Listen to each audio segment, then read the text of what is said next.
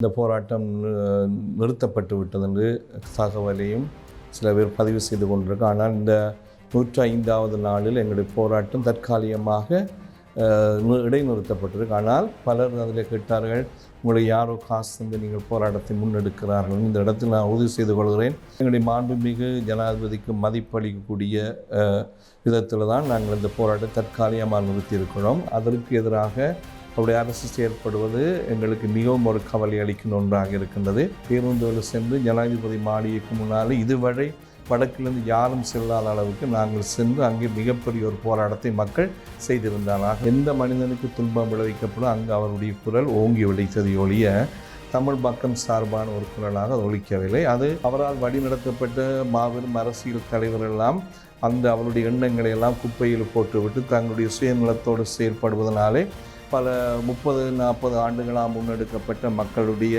விருப்பங்கள் அனைத்தும் நிறைவேறாத ஒன்றாக போய்விட்டிருக்கிறது. வணக்கம். மற்றொரு நேர்காணல் இணைந்திருக்கின்றோம். குறிப்பாக இன்றைய நேர்காணல் மன்னர்ல மிக முக்கியமாக பேசப்பட்டுக் கொண்டிருக்கக்கூடிய காற்றாலை திட்டம் தொடர்பாகத்தான் பல விடயங்களை பேசப்போகின்றோம். அதன் அடிப்படையில் இது தொடர்பாக பேசுவதற்காக பிரஜிக்குழு மன்னர்கள் சந்தியோக மாற்று சரிவினால் தான் எங்களுடன் இணைந்திருக்கின்றார். வணக்கம். வணக்கம். குறிப்பாக இந்த போராட்டம் தொடர்பாக, அதாவது இந்த திட்டத்திற்கு எதிரான போராட்டம் தொடர்பாக தொடர்ச்சியாகவே நீங்கள் இணைந்திருக்கின்றீர்கள். அதிலும் பல்வேறுபட்ட சவால்களை எதிர்கொண்டிருக்கின்றீர்கள். அவை பற்றி எடுத்துக் கூற முடியுமா? இந்த போராட்டம் வெற்றிகரமாக தொடர்ந்து கொண்டிருக்கிறது என்பதை இந்த இடத்துல பதிவு செய்து கொள்கிறேன். சில ஊடகங்கள், சில மனிதர்கள், சில அரசியல்வாதிகள் இந்த போராட்டம் நிறுத்தப்பட்டு விட்டது என்று தகவலையும் சில பேர் பதிவு செய்து கொண்டிருக்கு. ஆனால் இந்த 105வது நாளில் எங்களுடைய போராட்டம் தற்காலிகமாக இடைநிறுத்தப்பட்டிருக்கு. ஆனால் நீதிக்கான போராட்டம் தொடர்ந்து கொண்டே இருக்கிறது பல்வேறு வழிகளிலே. இந்த 105 நாட்களை கடந்து நடந்து கொண்டிருக்கிற போராட்டத்தில் பல்வேறு விதமான எதிர்ப்புகளையும் பல்வேறு விதமான தடைகளையும் நான் எங்களுடைய சமூகத்திலிருந்தும் அரசு தரப்பிலிருந்தும் அரசியல் தரப்பிலிருந்தும் நாங்கள் எதிர்கொண்டு கொண்டே இருக்கிறோம். ஆனால் எல்லா மதங்களையும் சேர்ந்த எல்லா சமயங்களையும் சேர்ந்த மக்கள் இணைந்திருப்பதனால எல்லா சமயத்து மக்களுடைய நம்பிக்கை வெல்லும் என்ற அந்த ஒரு நம்பிக்கையில் தான் இந்த போராட்டத்தை நாங்கள் முன்னெடுக்கின்றோம். ஆகவே பல்வேறு விதமான எதிர்ப்புகள் இருக்கும் என்று நாங்கள் நினைத்தோம். அதை குறைக்கின்ற அளவுக்கு எங்களுடைய மன்னார் மக்கள் எங்களோடு இணைந்து கொண்டு பல பிரச்சனைகளை தங்களுடைய தோள்களை சுமந்து கொண்டார் என்பது எண்ணுகின்ற பொழுது மக்களுக்காக இருக்கிறார் என்ற சந்தோஷம் எங்களுக்கு இந்த போராட்டத்தின் பயணத்திலே எங்களுக்கு உறுதியளித்தது. இருந்தாலும் சில சட்ட ரீதியான காவல்துறை சம்பந்தப்பட்ட பிரச்சனை அதிகமாக இருந்தது. எங்களுக்கு சட்ட ரீதியாக அதனை மேற்கொள்வதற்கான சட்டத்தரணிகளுடைய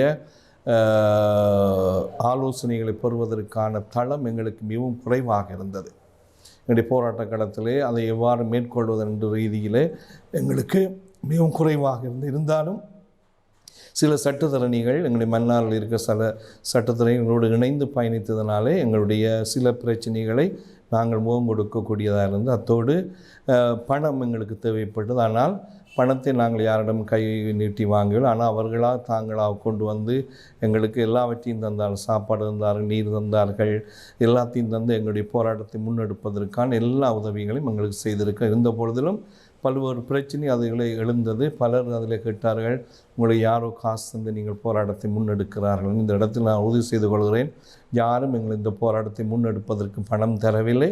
ஆனால் நாங்கள் போராட்டத்தை முன்னெடுக்கின்ற பொழுது அதை நிறுத்தாமல் கொண்டு செல்லும்படி எங்களுடைய மக்கள் தான் உணவு தந்து தேநீர் தந்து எங்களை அவர்கள் முன்னெடுத்தினார்கள் ஒழிய எந்த நிறுவனமோ எந்த அரசியல் கட்சியோ எந்த பணக்கார மனிதர்களோ எங்களை வழி நடத்தவில்லை என்பதை இந்த இடத்தில் நான் சொல்லிக்கொள்வதோடு பல்வேறு விதமான திரைமறைவான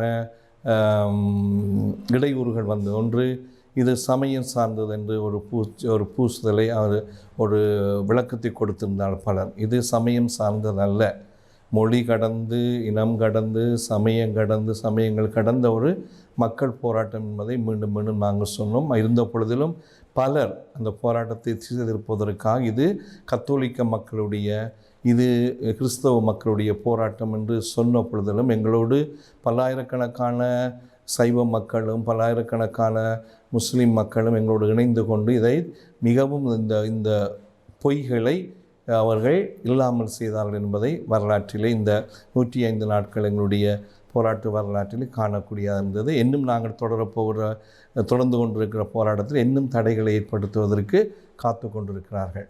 உண்மையிலே நீங்கள் கூறுவதூடாக இன்னொரு விடயத்தையும் பேச வேண்டும். அதாவது இந்த போராட்டம் தற்சமயம் தான் இடைநிறுத்தப்பட்டிருக்குன்னு சொல்லியிருக்கிறீர்கள். ஆக இந்த திட்டம் நடைமுறைப்படுத்துகின்ற போது தொடர்ச்சியாகவே போராட்டத்தை முன்னெடுப்பதற்கு தயாராக இருக்கிறோம். நாங்கள் தொடர்ந்து போராட்டத்தை முன்னெடுப்போம். எங்களுடைய வேண்டுகோள் 3 கோரிக்கைகள் நாங்கள் முன்வைத்திருக்கிறோம். இந்த 3 கோரிக்கைகளும் நிறைவேறும் வரை எங்களுடைய போராட்டம் தொடர்ந்து நடந்து கொண்டே இருக்கும்.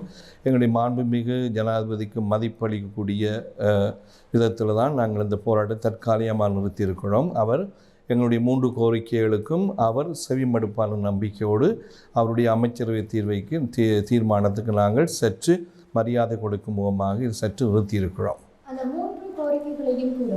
முதலாவது கோரிக்கை புதிதாக அமைக்கப்படுகின்ற 2 திட்டங்கள் சீலெக்ஸ் நிறுவனத்தினாலும் மற்றது கேல்ஸ் நிறுவனத்தினாலும் மேற்கொள்ளப்படுகின்ற 2 திட்டங்களும் உடனடியாக நிறுத்தி இப்போ எங்களுடைய தீவுக்கு வெளியே எவர் எங்கேயாவது கொண்டு செல்லும்படி முதலாவது கோரிக்கை. 2வது எந்த விதமான மண்ணுகளுக்கும் அனுமதி கொடுக்கக்கூடாது என்ற 2வது கோரிக்கை.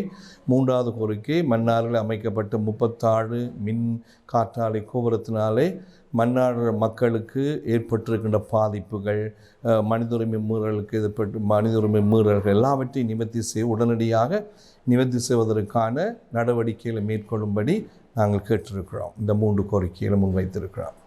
உண்மையிலே இந்த அரசாங்கம் ஆட்சிக்கு வருவதற்கு முன்பாக இங்கே சில கோரிக்கைகளையும் என்னுடைய வாக்குறுதிகளையும் வழங்கியிருக்கலாம்.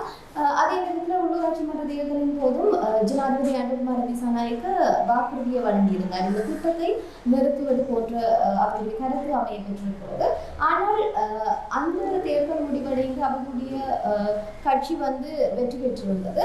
இப்படிப்பட்ட ஒரு சூழ்நிலையில் தற்போது மாண்புமிகு ஜனாதிபதி அவர்கள் தன்னுடைய தேர்தல் பிரச்சாரங்களுக்காக இங்கே வந்தபொழுது 2 தடவையும் அவர் உறுதியளித்திருந்தால் மக்களுடைய கருத்துக்களுக்கு எதிராக எந்த விதமான திட்டங்களும் இங்கே முன்னெடுக்கப்பட அனுமதிக்க மாட்டேன் என்றும், மக்களுடைய வாழ்வை அளிக்கின்ற எந்த திட்டங்களையும் நான் அனுமதிக்க மாட்டேன், அவ்வாறு அனுமதிக்கப்பட்ட அனைத்தையும் நான் ரத்து செய்வேன் என்று அவர் சொல்லியிருந்தார். ஆனால் அதற்கு எதிராக அவருடைய அரசு செயல்படுவது எங்களுக்கு மிகவும் ஒரு கவலை அளிக்கின்ற ஒன்றாக இருக்கின்றது. இந்த கருத்துக்களை எல்லாம் என்னுடைய காரியாலயம் தற்பொழுது கடற்தொழில் அமைச்சராக இருக்கிற சந்திரசேகர் அவர் என்னோடு 2 நாட்கள் என்னை சந்தித்து அந்த கருத்துக்களை எல்லாம் என்னிடமிருந்து பெற்றுக்கொண்டு சென்றுதான் தன்னுடைய கட்சி மக்களோடு பிரமுகர்களோடு ஜனாதிபதியோடு அந்த கருத்துக்களை பகிர்ந்து கொண்டு தான் அந்த இடத்தில் அவர்கள் பேசினார்கள்.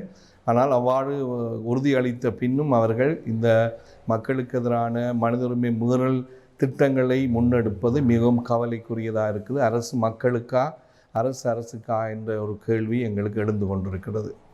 உண்மையிலே இந்த திட்டம் தொடர்பாக தொடர்ச்சியாகவே போராட்டங்களை முன்னெடுக்கிற போது மக்களுடைய ஒற்றுமை என்பது மிக அவசியமாக இருக்கிறது.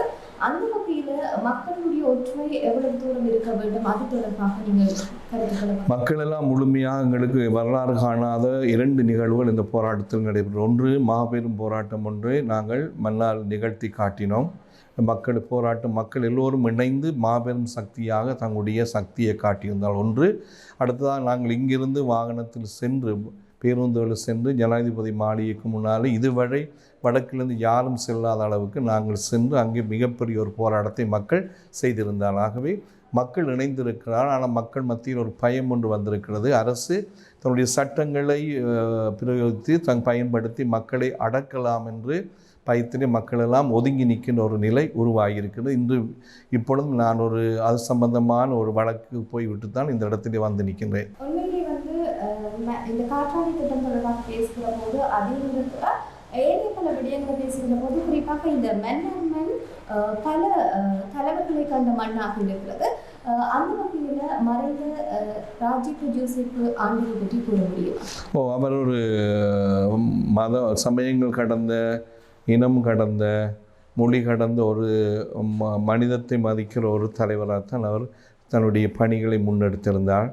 எந்த மனிதனுக்கு துன்பம் விளைவிக்கப்படும் அங்கு அவருடைய குரல் ஓங்கி ஒலித்தது ஒழிய தமிழ் பக்கம் சார்பான ஒரு குரலாக அது ஒலிக்கவில்லை. அது பலருடைய மாநிலங்களிலே இப்பொழுதும் வாழ்ந்து கொண்டிருக்கிறது. அந்த எண்ணங்களும் அவருடைய நினைவுகளும் அவை அந்த மனிதனுடைய மாபெரும் அந்த செயலை அந்த வாழ்வை பின்பற்றுகின்ற மனிதர்கள் மிகவும் குறைந்து கொண்டு போவதையும் அவரால் வழிநடத்தப்பட்ட மாபெரும் அரசியல் தலைவர்களெல்லாம் அவருடைய எண்ணங்களை எல்லாம் குப்பையில் போட்டுவிட்டு தங்களுடைய சுயநலத்தோடு செயல்படுவதனாலே பல 30-40 ஆண்டுகளாக முன்னெடுக்கப்பட்ட மக்களுடைய விருப்பங்கள் அனைத்தும் நிறைவேறாத ஒன்றாக போய்விட்டிருக்கின்றது. ஆகவே அந்த மனிதனுடைய அந்த ஆயருடைய நினைவுகள் இருக்கின்றது, ஆனால் அவருடைய செயற்பாடுகள் எல்லாம் உறங்கி போய்விட்டது என்பதை எண்ணுகின்ற பொழுது கவலை அளிக்கின்றது. இந்த போராட்டங்களை முன்னெடுக்கிற போது பல விமர்சனங்கள் சந்தித்திருப்பீர்கள். அதே நேரத்தில் அரசியல் கட்சிகள் சார்ந்த விமர்சனங்களுக்கும் உங்களுக்கு வந்திருக்கும். குறிப்பாக குறிப்பிட்ட கட்சியினர் தான் முன்னுக்கு நின்று செயற்படுகின்றார்கள், இல்லாட்டி உங்களுக்கு பின்னாலே ஒரு கட்சி இயங்கிக் கொண்டிருக்கிறது என்ற ரீதியில் பல கேள்விகள் விமர்சனங்கள் முன்வைக்கப்பட்டிருக்கலாம். அவை பற்றி கூறுவது. ஆரம்பத்திலே இந்த போராட்டம் தொடக்கத்திலே நான் சொன்னேன், இது இலங்கை மக்களுக்கான ஒரு மேடை, போராட்ட களம். இதில் கட்சி இல்லை, மொழி இல்லை, சமயம் இல்லை, இனம் இல்லை. எவரும் இதில் உங்களுடைய கருத்துக்களை எங்களுக்காக நீங்கள் தெரிவிக்கலாம். ஆகவே எல்லா கட்சி மக்களையும் நாங்கள் வரவேற்றோம், யாரையும் நாங்கள் புறந்தள்ளவில்லை. எல்லோருக்கும் நாங்கள் எங்களுடைய களத்தை கொடுத்தோம். எங்களோடு நிற்கிற உங்களுடைய ஒத்துழைப்பை நீங்கள் மக்களுக்கு எடுத்து சொல்லுங்கள்.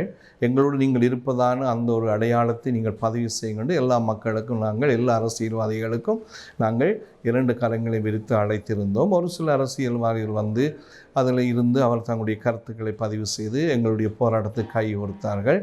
அதிகமான அரசியல் கட்சிகள், இலங்கையில் அதிகமான அரசியல் கட்சிகள் எங்களோடு இருக்கிறார்கள். ஈவன் எங்களுடைய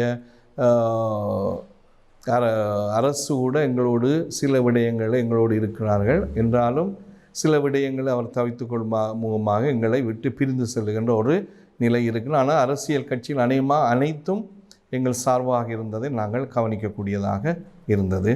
இந்த கட்சிகள் என்ற ரீதிகளிலும் தமிழர் சார்பாகவும் தமிழர் தாயகம் என்கின்ற போது அது வடக்கு கிழக்கு ஒன்றிணைந்து தான் காணப்படுகிறது.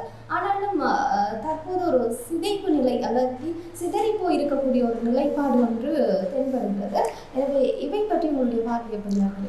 எங்களுடைய எண்ணம், எங்களுடைய விருப்பம், எங்களுடைய எதிர்காலம் என்பது இந்த அரசியல் கட்சியில் அனைவரும், தமிழ் அரசியல் கட்சி அனைத்தும் இணைந்து ஒரு இலட்சியத்திற்காக தங்களுடைய அரசியல் பாதையில் பயணம் செய்ய வேண்டும் என்பதான் தமிழ் மக்கள் சார்பில் நான் கேட்டுக்கொள்கிற ஒன்று.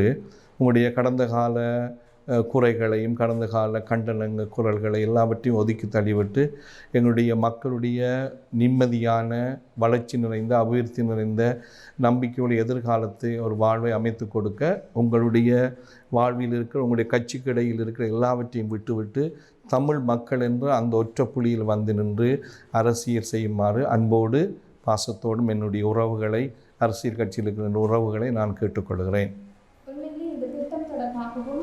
சமூக ஒற்றுமை தொடர்பாகவும் பல விடயங்களை பகிர்ந்திருக்கிறீர்கள். அதற்கு சந்தியகுமார் கசடிகளுக்கு என்னுடைய மனமார்ந்த நன்றி. நன்றி.